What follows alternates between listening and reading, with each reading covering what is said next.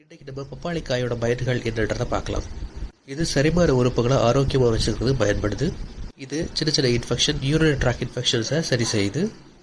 பிரசவமான தாய்மார்களுக்கு அதிகமாக பால் சுரக்கிறதுக்கு இது உதவுறதா சொல்லப்படுது. மாதவிடாய் காலங்களில் இது வலியை குறைக்கிறதாகவும் சொல்லப்படுது. இது இதயத்தை ஆரோக்கியமாகவும் இதய நோய்கள் வராமலும் இது தடுக்கிறதா சொல்லப்படுது. புண்கள் வேகமாக சரியாகிறதுக்கு இது மிகவும் உதவியாக இருக்கிறதா சொல்லப்படுது. அதுபோல் பப்பாளி பழம் உடலுக்கு மிகவும் நல்லது.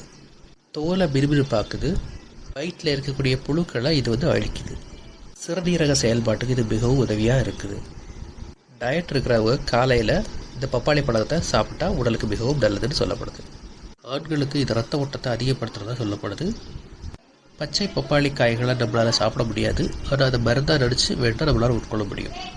இது போன்ற தகவல்களை தெரிஞ்சுக்கிறதுக்கு நம்மளோட சேனலை சப்ஸ்கிரைப் பண்ணுங்கள், கமெண்ட் பண்ணுங்கள், லைக் பண்ணுங்கள். நன்றி. இன்றைக்கி நம்ம பப்பாளி காயோட பயன்கள்